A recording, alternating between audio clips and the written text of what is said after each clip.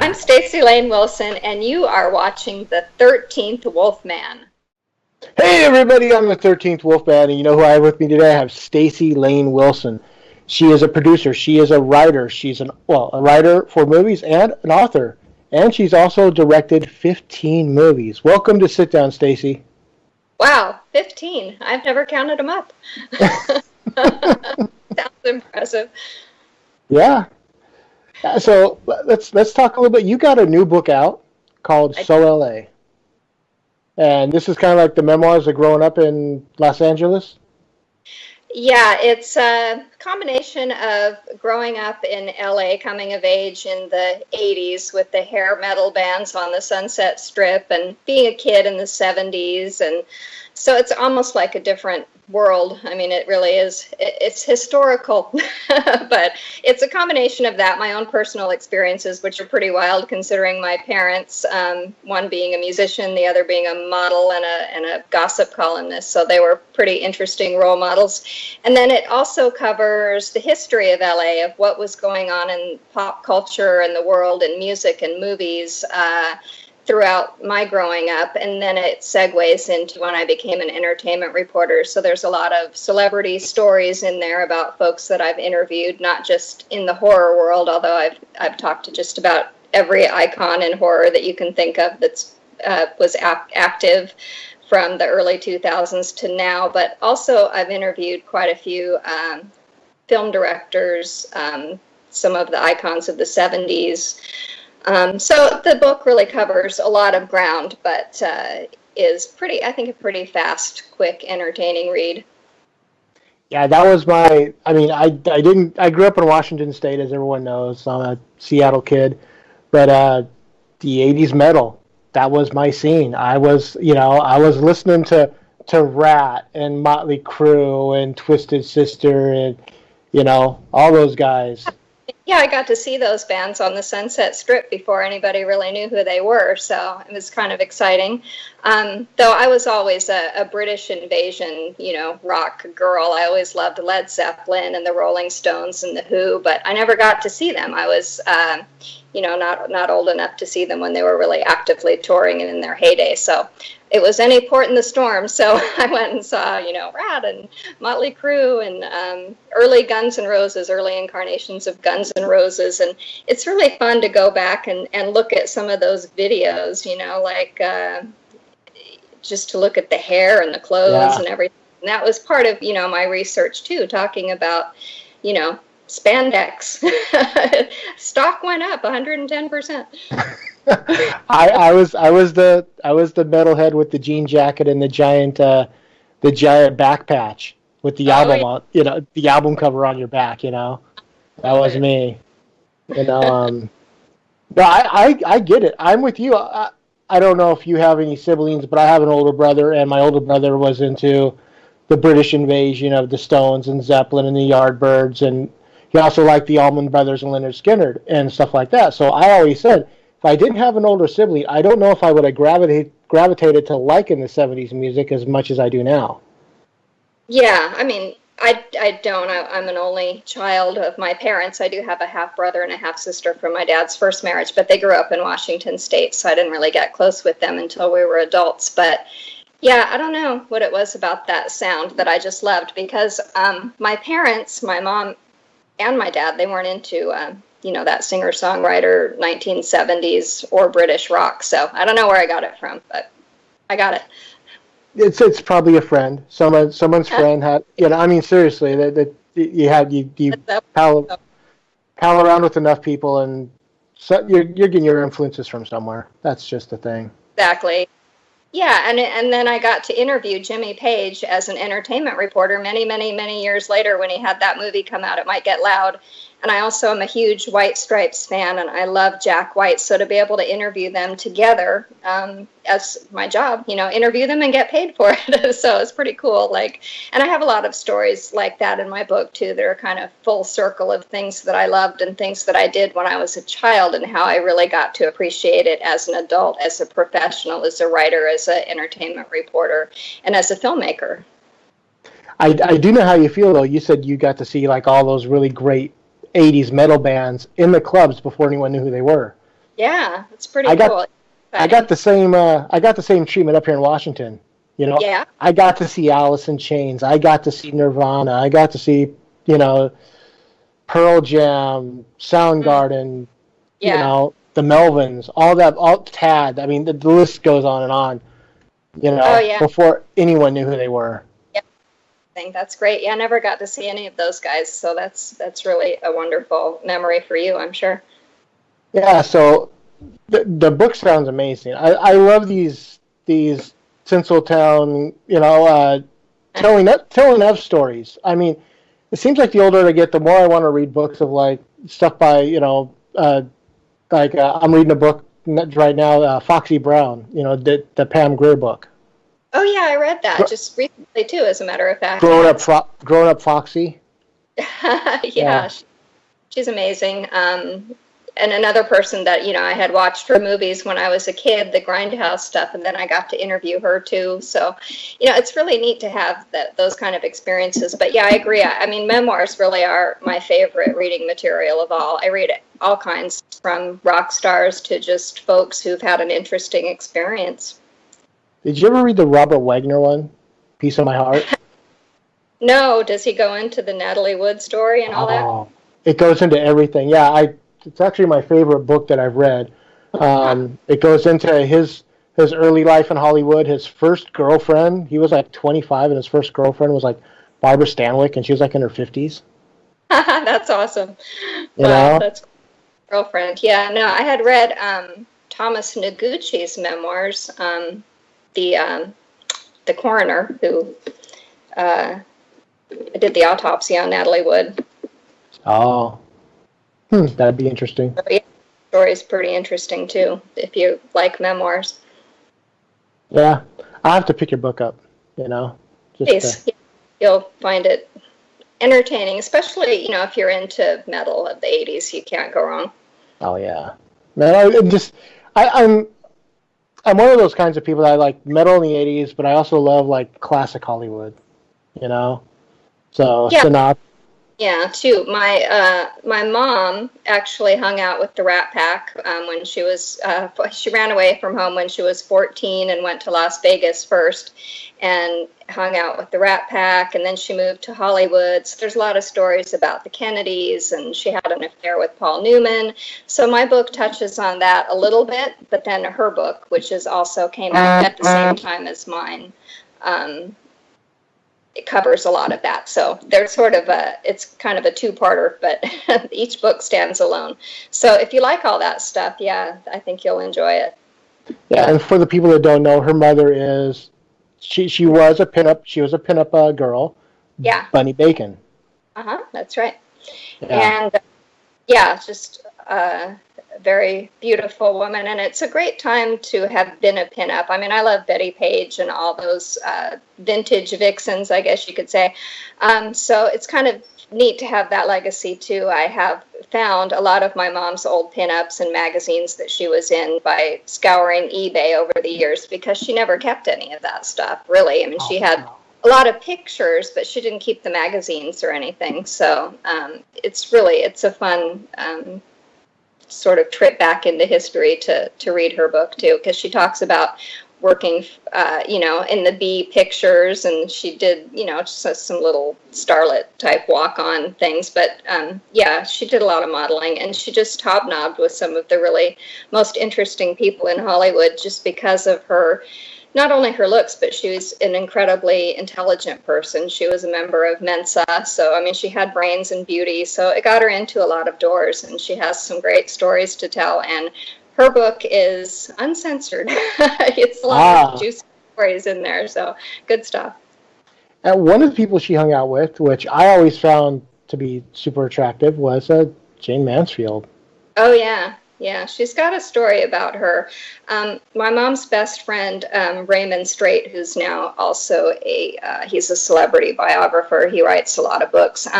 He was her personal assistant for many years, but he was her assistant, and my mom's knew Jayne unfortunately, at the decline of her life, when she was really hooked on alcohol and drugs and stuff like that. So this book is kind of sad in some places like that, where, she she's never disrespectful. She just kind of talks about what she witnessed, and it definitely doesn't trash anyone, but some of those stories are sad. You know, my mom, one of her friends was Jay Sebring, who was murdered by the Manson family.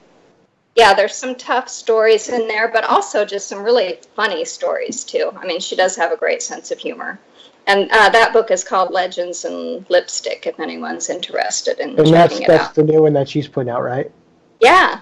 Because your mom's an author. She's put out a few books, so I just want to make sure. Yeah, right. When I was a kid growing up, it was, she wrote romance novels and stuff like that. So I guess that's where I got the writing gene. I'd watch her typing all day long, and that's kind of where I guess I got not only my love of reading and writing, but just having that discipline, the self-discipline to work at home and for myself. So I haven't had a day job in many, many years. I just always supported myself by writing or doing little creative endeavors. That's cool. Do you think your dad would ever write a book about being the drummer for the Ventures? He's the rhythm guitarist, but I'm sorry. That's okay. Yeah, he's actually a co-founder of the band. But my dad, I'm lucky if I got a postcard from him. That's about how much he likes to write, 2 or 3 lines.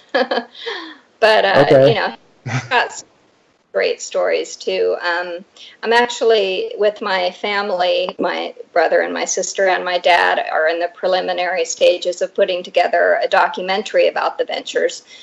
Which will focus mostly, on the music. It won't be sort of their personal lives, but it's still a story that I think a lot of people will find very interesting. So that's really what he's going to be doing, is helping me with that and giving me some interviews. But no, writing, not my dad. Okay, I just curious. I mean, you said earlier it's like he toured with this band for 58 years. They started out as a little band out here in Tacoma, Washington, and they were one of the original surf sound, bands. But they're in a city that's landlocked with no surf around. That was pretty fluke, yeah. They just kind of fell into that sound, But yeah, they really have influenced so many musicians from even in the punk scene, where you think of them not really as punk, but in the 1980s, the DJ for K-Rock, Rodney Bingenheimer, sort of the honorary mayor of L.A., he'd always loved the Ventures, and he sort of helped them have a resurgence with the new wave and punk rock groups that he had interviewed them and talked to them, and they all said, "Oh, we love the Ventures." And so he brought the Ventures to, I think it was the Roxy, the Starwood, the Whiskey in the early 80s, to have them do little mini LA tours with groups like the Plimsolls opening up for them, or the Go-Go's. They played with the Go-Go's quite a few times. So, I mean, that they kind of had a little resurgence because they were really popular in the 60s with Walk No Y50 and songs like that. And then in the 70s, there was a bit of a lapse with the guitar god invasion of British rock. And then so they were more popular in Japan then. And then they, like I said, had a bit of a renaissance in the early 80s in LA and just kept on going from there. Oh, yeah. Honestly, without the Ventures, you don't have Dick Dale and the Deltones. You don't have the theme to Peter Gunn by Dwayne Eddy. That sound, that guitar, that rattle, just so distinctive to their sound, Mm-hmm. So we could venture away from that for a while, because you also have a movie. I do. You do. Did you guys watch Factory. I watched it. Okay. I know Leah watched it. It's an interesting movie. I wasn't quite sure what I was getting into, but all of a sudden you got like this little pinup burlesque type thing going on, and zombies. What's not to love? And you got Carrie Keegan in it too. Well, yes, she's gorgeous. And a great friend of mine. It's fun. She's had a few movies come out since then, but that was really the first film that she acted in and that she was the star of, but it's taken so long to come out that it looks like we're the Johnny-come-latelys on that one. But I knew her for many years when she was an entertainment reporter as well, and that's how we met. And I just thought she would be so perfect for this role. And when she puts on that dark wig, she really looks so much like Betty Page. It's amazing. Very true. Yeah, I remember she had a early morning talk show on VH1 at one time. Yeah. And that's where I knew her from, and I was like...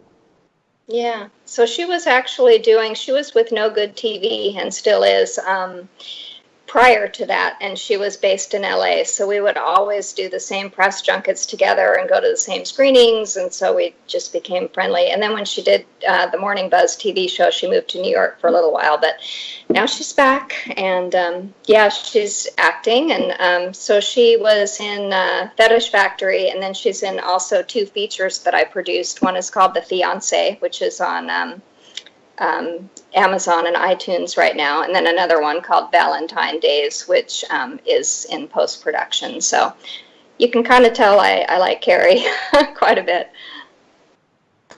No, I like Carrie too. But not the reason, but how we got in touch with you is from another friend, another person that you produced for, little Miss Vampy herself. Yeah, Brooke Lewis, another good friend of mine, and I'm so lucky to have such talented friends because I love working with friends, and the fact that they're talented is really icing on the cake. I had directed a web series for her, Be You and Be Fearless, and then Ms. Vampy's Love Bites, but our latest accomplishment is a short film called Psychotherapy, which is a thriller, psychological thriller, and it's really amazing to me that it's sweeping the awards and stuff. So, Brooke is a real go-getter on the film festival circuit. So it's out there and it's, gathering up quite a few, best thriller and best actress and best actor awards.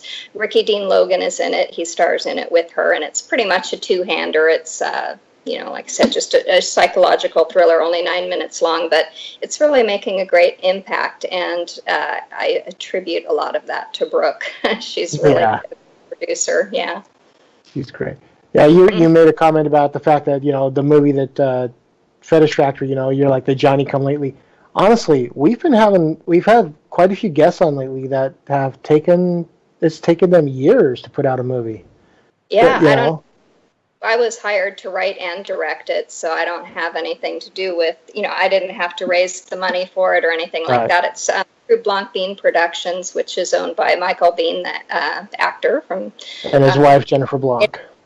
His wife, Jennifer, who's great. I mean, she gives so many filmmakers, especially women filmmakers, their first shot at directing a feature, and I'm so grateful for that. So I have that one that's on the precipice of release. It's already been picked up, so I just don't have a release date for it quite yet, hopefully before Halloween. And then another one that I directed for Blanc Bean called Good Family Times is in post-production right now, and that's a thriller. I'm really excited. I have a lot of stuff coming out and in the hopper, so I can't complain. You're a rare one because you like the horror genre. Yeah. Why is that rare? No, I mean, we sometimes get people that come on that say, they made a horror film, but they just did it to do it. Oh, right, yeah. The easy way to get into the film business, but yeah, I don't know that I would say that anymore, but I've always enjoyed genre films, and the thing that I love about horror is that it's so multifaceted. I mean, The Bad Batch, the new film by Ana Lily Amirpour, could be categorized as horror, and we'd covered it at Dread Central. And then, Friday the 13th, that's horror. And so is The Tenant by Roman Polanski. So, all those movies couldn't be more different from one another, but they're all within the same genre, that's what I love about it. Yeah. And the other thing is that, there are a lot of female horror fans, but it seems like they're harder to find, And so it's just nice to see a female embrace the horror, genre. Yeah, yeah. No, I've always been a fan. I'm with you. I've been a fan since I was 5, so. Do you remember what the first horror movie you saw was? I don't remember the first one, but I know when I was 6, my mom took me to see The Exorcist. Oh, really? Yeah, same here. What? Yeah. Maybe compared notes. Yeah, I remember that. Yeah, I couldn't sleep for weeks. See, it didn't freak me out. Would imitate Reagan pretty much part to sleep. No, yeah, it didn't freak me out. It's like I saw The Exorcist when I was 6. I saw The Omen. I saw The Omen at the drive-in up here in Washington when I was. Experience. I was like 8 years old. That freaked my older brother out. So, the whole, we're doing it all for you, Damien. Yeah. But yeah, so I mean, it's just nice to see people that are actually involved in the genre, love it. That's what I'm getting at. Yeah, I do. I definitely don't, think of it as a stepping stone to anything else. But I like all different kinds of movies. I'd certainly be happy to do something else, but that's not my intent or my goal. I feel like I could do something other than horror, but that's the thing about horror is even if you wanted to do a drama or like a comedy like I did with Fetish Factory, you can still add some elements to it that feel organic and make a horror film that's also a little bit of something else.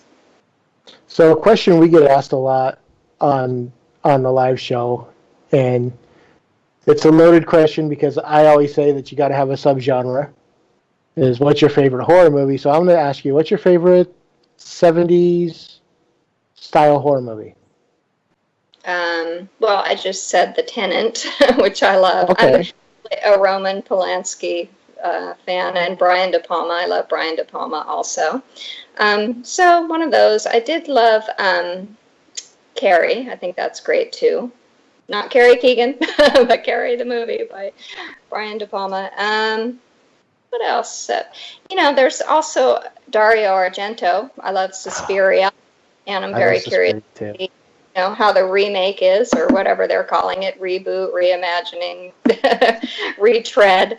But, Mia Goth is in it, who I like. She was in a really good movie earlier this year called A Cure for Wellness. So I have hopes. So, yeah. Yeah, I have hopes for that, for the Suspiria reimagining. So we'll see. But no, I mean, in the 1970s, really, I love, it's more about like the filmmakers. So for me, it would be Brian De Palma, Roman Polanski, Dario Argento, movies like that. I'm a huge Giallo fan as well. I love the 1970s Italian horror films with the crazy soundtracks and the supermodels and the race cars and just like all the crazy stuff that goes into it. All the tropes, I guess. Here's the problem. If you weren't married, I would propose to you. I'm not married. No, because that's it. You're describing everything that I love. I've always been an Argento fan. I'm a big Mario Bava fan. Umberto Lenzi's Seven Bloodstained Orchids is one of my favorite movies. Oh, yeah. I mean, the guys over at the Dorkening, they listen to me rattle on about Italian horror, but they just hear me. They should give it a try. I actually have just been getting into Pete Walker films. Okay, you got me there. Who's that? Pete Walker, it's 70s. He did movies like Schizo, The House of Whipcord. I've heard of Schizo. I've seen them, so I guess I have something to look forward to. Check out The House of Whipcord. It's a really, I could actually see this being an influence on Hostel. All right. On Eli Roth going, hey, I could make it. It's a really bent type of movie. Oh, okay. Yeah. Eli Roth. Now, there's someone how do you feel about his films?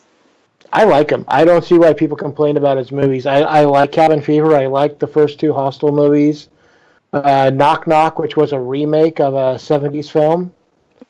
I didn't mind it. Yeah, that was one of my favorite films of that year. I thought it was terrific, and I've seen it a few times. And Green Inferno. Oh, no, sorry. You don't do the cannibal thing. No, I don't really know. In fact, yeah, I don't like Cannibal Holocaust or any of those movies. So I guess that's where I draw the line. Hey, there's a line. That's, yeah. I'm looking at the time, and I see that we have to start getting ready. So if people are looking for you and they want to follow you on social media, where can they find you? So I'm on Twitter as Stacy Wilson. There's so many. It's like, what am I on this? Instagram, I'm Stacy Layne, which is STACILAYNE, and then Facebook, I'm Stacy Wilson, and then I have my website, StacyLayneWilson.com, which is pretty much the clearinghouse for everything. So if they go there, they can follow the links to the different social media sites and stuff. Very cool. So yeah, to the people watching, man, if you haven't seen, well, you haven't seen it because it's not out yet, but when you get a chance, check out Fetish Factory. Go check out her book, SO L.A. I'm gonna, follow her on Instagram, everywhere to go. For Stacy Layne Wilson, I am the 13th Wolfman, and of course, I'm on the prowl.